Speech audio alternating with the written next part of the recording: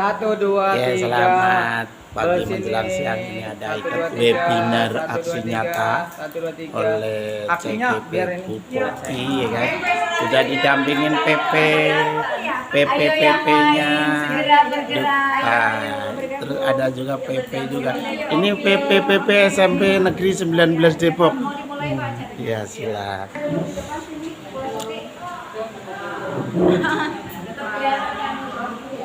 Ya, ini para pesertanya. Ya.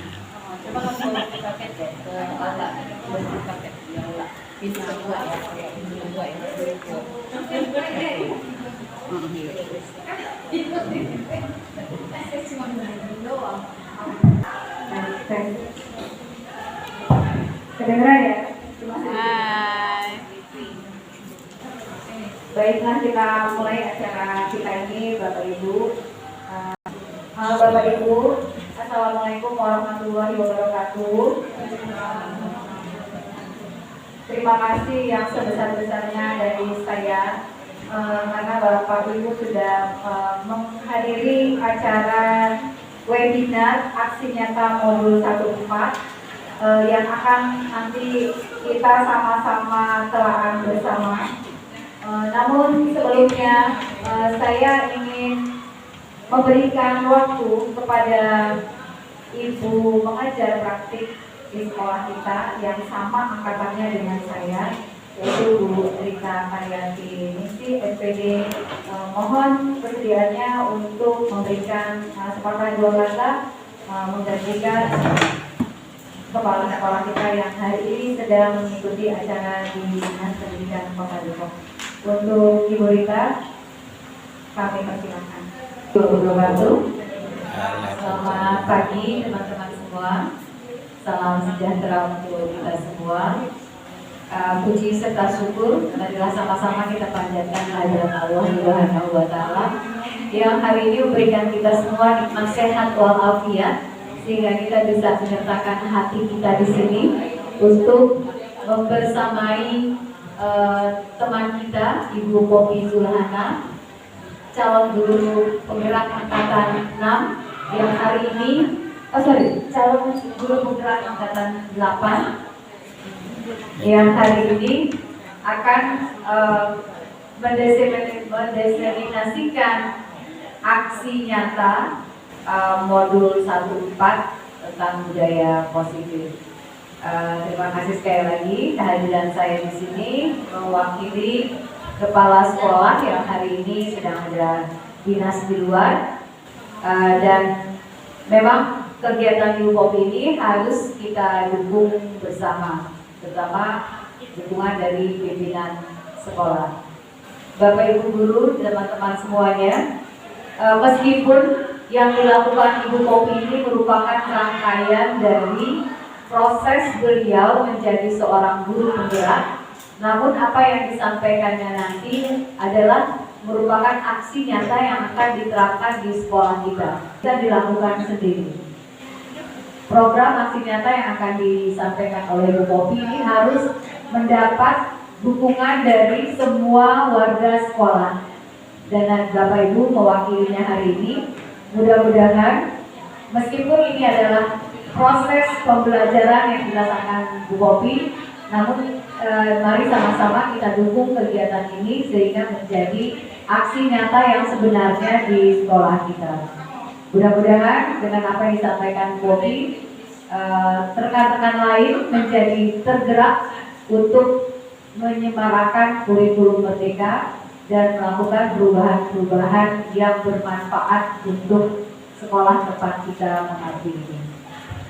Dari saya mungkin itu saja, dan terima kasih. Di sini Bu Poppy juga sudah ditemani oleh Ibu Dani sebagai PP di angkatan 6, ada Ibu Astuti di CGP 6 dan Ibu Asri di CGP Tas. Mudah-mudahan dengan banyaknya perubahan yang mungkin bisa menjadi piloting untuk sekolah lain berangkatnya dari SMP 19. Karena di 19 lengkap, ada PP, ada CGP. Jadi kita harus berbuat sesuatu yang menjadi contoh untuk sekolah lain dan untuk kita sendiri. Itu saja yang ingin saya sampaikan. Barangkali saya tidak mau bersamai sampai selesai di kopi karena saya ada kelas baru kembali setelah kelas saya selesai. Itu saja, mudah-mudahan berjalan dengan lancar dan sukses dan mendapat dukungan penuh dari teman-teman semua. Billahi taufiq wal hidayah. Assalamualaikum warahmatullahi wabarakatuh. Waalaikumsalam warahmatullahi wabarakatuh. Terima kasih kepada Ibu Rika Sayang SPD yang juga PP di sini selaku pengajar grafik atas dukungan dan arahannya kepada kita tadi. Untuk mempersingkat waktu, Bapak Ibu, kita di sini sebelumnya mohon maaf kalau kita breaking sebentar ya, Bapak Ibu ya. Gini, mungkin ada yang bisa bantu saya di sini satu ya, Bu Riza mungkin sini Bu Riza boleh di depan. Jadi. Nah sekarang kita breaking dulu terimplementasikan di sekolah gitu ya. Nah ini akan kita upload dan nanti kementerian akan lihat kegiatan kita di sekolah melalui RMS di upload gitu ya. Boleh berdiri Bapak Ibu. Yang baik keduanya belajar senang gitu ya. Nanti setelah itu saya akan menunjuk salah satu anggota badan saya, lalu Bapak Ibu mengikutinya, tapi perhatikan kata-katanya. Misalnya tunjuk hidung gitu ya, padahal saya tunjuk kepala nih ya, Ibu jangan ikuti saya salah. Jadi perhatikan katanya. Setelah kita bernyanyi, kita akan bernyanyi dengan bertepuk tangan supaya saraf-saraf kita agak jujur.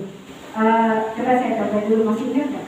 Di sini senang, di sana senang, di mana-mana hatiku senang, belajar senang, mengajar senang, di mana-mana hatiku senang. Berapa habis lama-lama itu dan saya akan tunjuk hidung. Yang saya ya, ya itu mudah-mudahan kita fokus semua untuk mengikuti acara ini. Kita mulai ya, Bapak Ibu ya. Kayaknya Pak Marki, Pak Rizky kan suaranya bagus nih, jadi ada kedengaran. Kita siap ya? 1, 2, 3. Di sini senang, di sana senang, di mana-mana hatiku senang, belajar senang, mengajar senang, di mana-mana hatiku senang. La la la la la la la la la la la la la la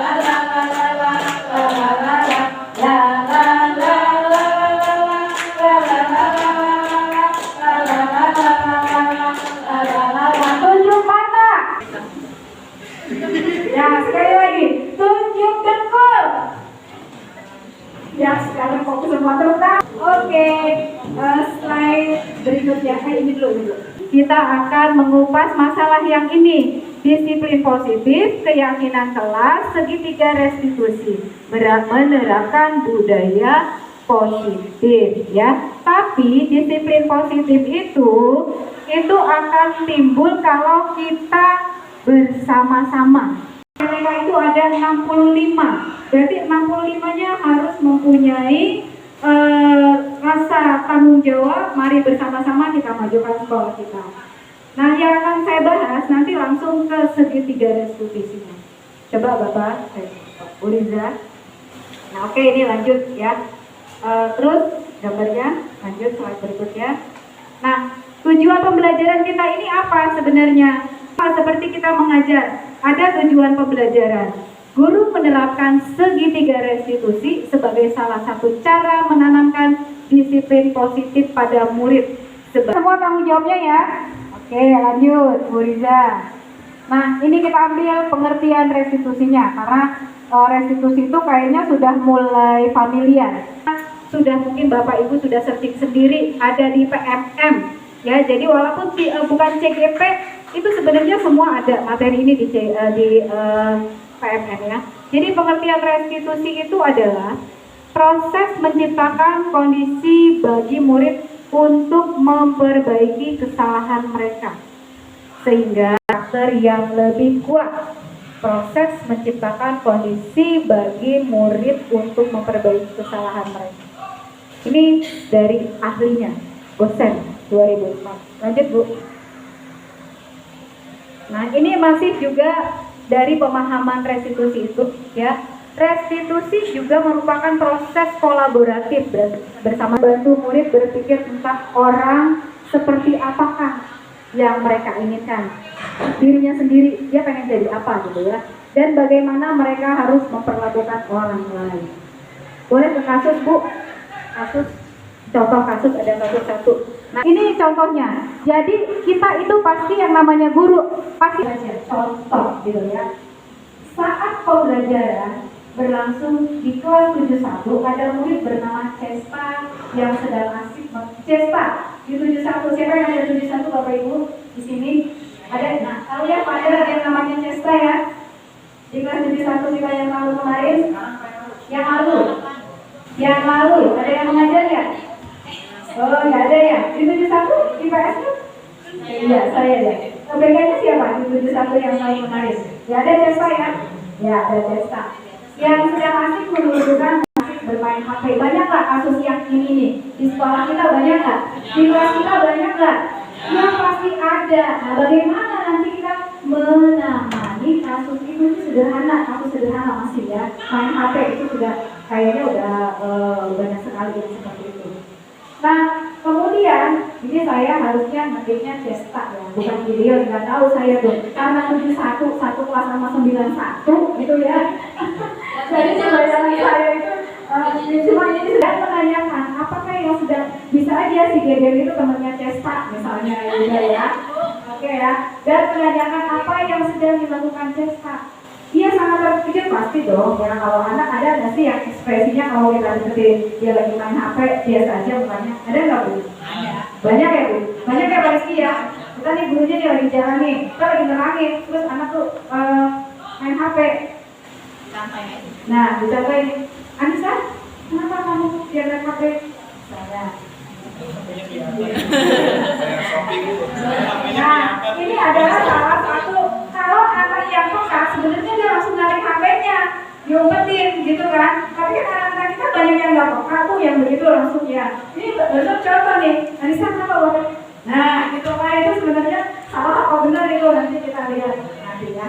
Lanjut ke slide lagi Bu. Jadi kasus-kasus yang ini nanti yang akan bagaimana kita menangani ketika kasus-kasus ini pasti terjadi di kelas kita saat kita mengajar gitu ya. Apalagi BK harus tahu menangani berbagai macam kasus. Ini mah kasus masih diselesaikan oleh guru mapel ya. Tapi BK kan lebih berat lagi ya. Kasus pemahaman yang sama gitu ya tentang ini, dan mungkin yang hadir pada saat restitusinya Bu Eka dan Bu Eka itu mungkin berbeda lagi nih orang-orangnya gitu ya. Jadi makanya kita cari ilmu. Lanjut Bu. Nah ini sebelum kita membahas lebih mendalam tentang bagaimana menerapkan restitusi lewat kasus-kasus kita perlu ada perbedaan antara hukuman dan konsekuensi. Saya ingin refleksi dari teman-teman salah satunya. Samakah antara hukuman, kita kan sering memberi hukuman kepada murid, dengan konsekuensi? Sebelum kita lebih lanjut ke restitusi, ya Bapak Ibu saya mohon ada restitusi sama konsekuensi sama tidak? Pak Rizky jawab tidak ya. Alasannya apa Pak Rizky? Boleh?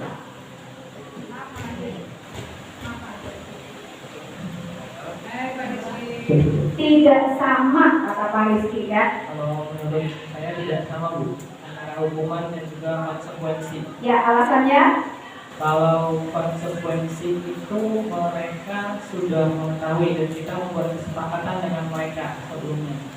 Jadi seandainya kamu berbuat A, konsekuensinya kamu akan mendapatkan berupa A.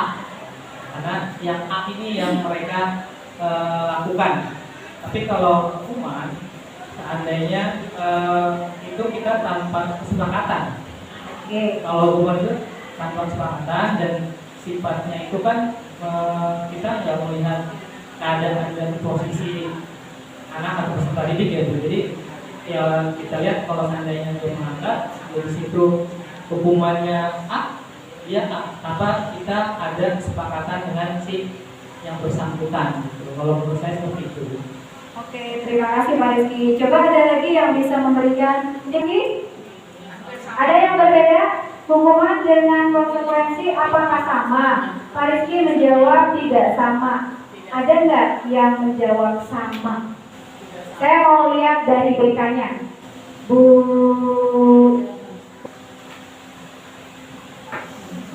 Ya, boleh. Dipersilakan. Kalau menurut saya, untuk konsekuensi dan hukuman itu beda. Karena memang kalau hukuman itu kan biasanya kita ngasih hukuman nih saat dia terjadi kasus tersebut misalnya. Kalau konsekuensi itu ya seperti yang bilang Rizky tadi, ada kesepakatan di awal. Berarti semua sama Ibu jawabannya? Menurut saya hukuman itu lebih mengarah kepada hal-hal yang diperbuat anak-anak, hal-hal yang bersifat negatif harus langsung dihukum. Tapi kalau konsekuensi ada perjanjian terlebih dahulu. Misalnya kalau berbuat A maka hukumannya A misalnya, atau sebaliknya berbuat B hukumannya B. Terima kasih semua. Berarti memang nggak salah ya. Guru-guru SMP 19 itu memang wow keren ya. Karena jawabannya memang gitu ya. Jadi kalau hukuman itu sepihak, ya sepihak. Anak kalau melakukan ini itu apa konsekuensinya? Karena belum ada kesepakatan. Tapi kalau konsekuensi sudah pernah kita sosialisasikan minimal kepada anak pas pelajaran kita ataupun peraturan sekolah gitu ya. Nah itu adalah perbedaan, berarti itu berbeda antara hukuman dan konsekuensi. Lanjut Bu. Sudah positif ya, disiplin pasti sudah pasti positif, terbagi dua ya. Disiplin dalam bentuk konsekuensi yang artinya kita sudah ada kesepakatan yang tadi Pak Rizky sudah katakan, dan disiplin dalam bentuk restitusi. Nah kalau hukuman termasuk disiplin positif kah Ibu, Bapak? Negatif Bu. Iya, Bu Dani, negatif ya. Meskipun itu tujuan kita untuk mendidik, mengajarkan anak kita, tapi hukuman bukan merupakan disiplin positif. Tidak ada karakter anak yang setelah dihukum itu bisa lebih baik lagi, gitu ya. Lanjut Bu. Mari kita sama-sama memperhatikan tabel identitas. Yuk kita perhatikan dulu tabelnya. Sama saya nggak?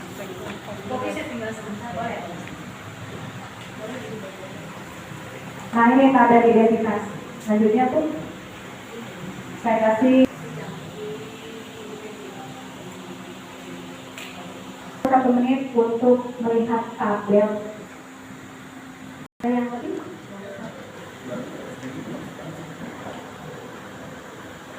Ada 3 tabel ya. Ketika kita menerapkan disiplin positif, tentu akhirnya di anak-anak didik kita ada 2 identitas. Ya, identitas gagal apabila kita memberi hukuman. Akhirnya itu si anak tersebut yang ada di dalam kasus kita itu kalau menerima hukuman bukan hal yang positif yang terjadi, tapi dia merasa dia akan mendapatkan identitas gagal. Misalnya kita di kelas nih, siapa kalau misalnya di kelas saya ya, Daniel misalnya, kenapa kamu tidak mengerjakan tugas hari ini? Iya Bu, saya kamu kebiasaan nih. Dari kemarin merasa menjadi identitas yang gagal. Nah, untuk membangun disiplin positif yang ada identitas suksesnya, berarti itu ada konsekuensi. Sebelumnya memang harus ada kesepakatan. Dan yang paling baik adalah restitusi. Kenapa? Kita lihat di tabelnya. Hukuman itu sesuatu yang menyakitkan dan terjadi. Kalau konsekuensi karena sudah yang memang harus terjadi karena sudah disepakati. Misalnya tidak piket kelas, maka konsekuensinya adalah membuang sampah atau memilah sampah selama 1 hari itu di kelasnya. Gitu. Tapi kita membiarkan anak agar mempunyai pilihan bagaimana konsekuensi yang akan dia tanggung. Jadi nggak boleh nih misalnya nggak piket, ya udah ntar kamu pulang sekolah itu ya nyikat kamar mandi ya. Itu datangnya dari siapa, Bapak Ibu? Dari kita, dari guru. Itu berarti berupa hukuman. Dia akan merasa menjadi seseorang yang identitasnya gagal, gitu ya. Oke, lanjut Bu. Ada yang bisa menyimpulkan? Ya, ini kita lihat aja kesimpulannya Bapak Ibu ya. Berdasarkan tabel, maka kita bisa menyimpulkan bahwa hukuman bersifat tidak terencana. Ya, tidak terencana dong kalau hukuman ya, karena tiba-tiba. Ya udah misalnya kamu ngepel musola misalnya, itu tidak ada di kesepakatan kelas, tapi kita munculkan untuk berupa jadi konsekuensi. Tidak bisa karena tidak bisa disosialisasikan. Jadi suatu hukuman tanpa melalui suatu kesepakatan. Maka itu kenapa Bapak Ibu betul harus kita implementasikan ke dalam sekolah kita, karena kasus ini dekat sekali dengan kita gitu ya. Apalagi memang guru BK dan guru piket ini pasti akan lebih tersentuh lagi karena tiap hari bertemu. Kalau wali kelas atau guru mengajar setelah ada kesepakatan mungkin akan lebih tertib gitu ya. Tapi kalau guru piket yang terlambat, yang bolos, yang apa gitu kan lebih kompleksitas lagi untuk masalahnya gitu ya. Hukuman yang diberikan bisa berupa fisik maupun psikis. Murid anak disakiti oleh suatu perbuatan atau kata-kata. Kalau fisik mungkin sekarang kita udah enggak ya, karena kalau untuk dari gurunya nih nggak mungkin kita ngejewer, wah bisa viral gitu. Kalau zaman dulu saya masih yang namanya belajar nggak bisa itu dijewer, walaupun jewernya jewer sayang ya, nggak jewer beneran, tapi itu masih sentuhan fisik. Tapi kalau sekarang tidak. Atau lari 2 lapangan itu fisik apa psikis Bu? Fisik itu juga ternyata tidak boleh. Atau apa ini? Kan kita mau bentuk anak dengan kata-kata seperti ini, kata-kata baik aja dia nggak kena, gimana mau yang baik-baik? Kita tidak boleh lagi yang seperti itu, karena kita sudah dapat ilmunya. Bismillah ya, karena tidak ada produk dari Allah Sang Pencipta itu produk anak yang gagal. Yang membuat gagal itu adalah lingkungannya 70%, 30% mungkin kita menuntun di arah yang belum tepat. Lanjut. Lalu disiplin dalam bentuk konsekuensi sudah terencana. Nah ini yang tadi sudah konsekuensi, sudah disepakati, sudah dibahas dan disetujui oleh murid dan guru. Lanjut Bu. Umumnya bentuk konsekuensi, ya salah saya, dibuat oleh pihak guru, sekolah dan murid sudah mengetahui sebelumnya konsekuensi yang akan diterima bila ada pelanggaran. Pada konsekuensi murid tetap dibuat tidak nyaman untuk jangka waktu pendek. Konsekuensi aja sudah kita sepakati, tetap anak dibuat tidak nyaman. Coba kalau kita jadi muridnya, walaupun piket, tidak piket berarti nanti kamu memilah sampah untuk hari ini, itu udah disepakati, misalnya udah jadi kesepakatan Mas. Tetap aja, walaupun sudah disepakati, tetap si anak tersebut tidak nyaman kan? Tapi masih ada yang lebih baik dari konsekuensi. Lanjut Bu. Nah, coba nih, ini kasusnya. Di dalam buku kalimat, saya tidak akan terlambat lagi karena terlambat ke sekolah. Disuruh nyatet ini Bu, 100 kali di kertas folio. Ulang-ulang. Ini termasuk hukuman, konsekuensi? Hukuman. Itu konsekuensi. Udah saya kasih tuh padahal kuncinya. Konsekuensi, kenapa ayo? Kenapa disebut konsekuensi? Karena sudah disepakati. Sebelumnya sudah ada kesepakatan kelas, ternyata dia disuruh begini, nah itu baru hukuman gitu ya. Dan ini walaupun ini terjadi, walaupun masih salah gitu ya, karena tidak ada fisik, tidak ada psikis di situ. Dia hanya menulis gitu ya. Lanjut Bu. Lari mengelilingi lapangan basket. Ya. Coba dibaca Bu Jora. Bu Jora boleh itu pakai mic-nya. Sekolah kita. Dibaca Bu Jora. Poin yang kedua, lari mengelilingi lapangan basket 2 kali karena telah terlambat hadir di sekolah. Ya, apa itu? Ya, karena udah saya kasih tahu kuncinya di situ hukuman. Kenapa? Karena guru kesepakatan kelas nggak boleh juga ada yang seperti ini. Kalaupun sudah disepakati, biasanya nih kesepakatan belajarnya boleh punya kontrak belajar yang kayak begini juga. Karena ini masuk ke fisik. Ya kalau anak itu sehat. Kalau anak itu sakit, setelah habis lari 2 lapangan dia kenapa-kenapa. Nah, itu berarti membersihkan coretan yang dibuatnya di meja tulis ini banyak banget nih. Tulisan-tulisan tuh di meja-meja kita tuh banyak. Itu bisa dijadikan kesepakatan kelas ya. Tidak boleh mencoret-coret, memakai apa tuh kalau permanen, spidol permanen di meja dan di papan tulis. Itu bisa karena anak-anak sering juga itu begitu saya temui ya. Pakai tip X. Nah, itu bisa dibuat kesepakatan kelas ya. Lanjut Bu, itu konsekuensi ya, sudah ada ya. Membersihkan coretan yang dibuatnya di meja tulis itu berupa konsekuensi ya. Ini ada ininya, hukuman atau konsekuensi. Jadi itu kita jawabannya konsekuensi ya. Bagaimana cara menyelesaikannya kalau ada anak yang seperti ini? Coba Bu Natasha. Ya, kesepakatan. Ya, boleh. Bangku di kelas. Kalau misalkan ini masuknya ke dalam konsekuensi, memang saya setuju sih Bu, karena untuk mengajarkan tanggung jawab pada anak-anak. Iya, betul ya. Jadi memang ini juga bisa masuk di dalam kesepakatan kelas. Lanjut Bu.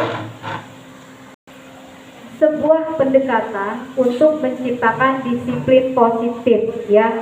Nanti ini akan kita terapkan Bu di kelas kita. Pada saat kita menangani kasus dan lain sebagainya supaya memang sudah terarah ya. Jadi bukan hanya guru BK, bukan hanya guru piket, tapi kita sebagai guru. Silakan Bu, tadi Bu Riza. Restitusi sebuah pendekatan untuk menciptakan disiplin positif. Lanjut Bu. Restitusi membantu murid menjadi lebih memiliki tujuan, disiplin, tentunya yang positif, dan memulihkan dirinya setelah berbuat salah. Jadi setelah direstitusi, anak tersebut itu bisa memilih apa yang akan dia kerjakan, dan akhirnya dia bisa memulihkan dirinya sendiri dengan kesalahan yang dia sudah buat. Bagaimana caranya? Nanti ya Bapak Ibu ya, menyenangkan orang lain. Kalau kita memberikan hukuman, itu kita aja senang, oh tuh anak udah selesai. Padahal setelah itu akan lagi kasus yang lebih berat yang akan. Sebelumnya, bahwa pada dasarnya kita memiliki motivasi intrinsik melalui restitusi. Jadi yang akan kita bangkitkan kepada anak itu adalah motivasi intrinsik. Jadi motivasi itu datang dari si anak tersebut kepada anak, gitu ya. Jadi bukan kita yang memberikan solusi, tapi dia mencari solusi. Untuk belajar dari kesalahan saya, boleh membantu besok di